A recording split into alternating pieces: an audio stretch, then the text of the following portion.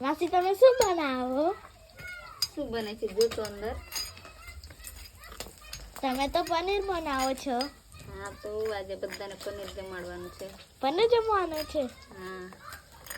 તો તમે શું પનીર સાથે બનાવશો? પનીર જોડે રોટલી. હા. તે રોટલી તમે તો પહેલા શાક વઘારો છો.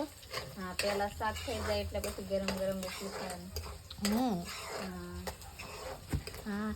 બધા ગાઈસ ને પણ બતાડ કે કેવી રીતના પનીર અમે બનાવીએ છીએ. દેખો ગાઈસ આવી રીતે પનીર બને છે.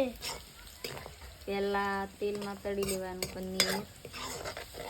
તેલમાં તળીને પછી પનીરને વઘારવાનું. આપ તમને આગળ બતાવીએ અમે કેવી રીતે પનીર બનાવીએ છીએ. બંધ કરી દો. માસી શાક થઈ ગયું? હા રેડી.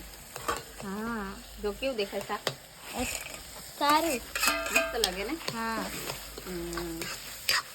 તુવરના દાણા, ટામેટા, ડુંગળી એવું બધું નાખીને પનીર બનાવવાનું.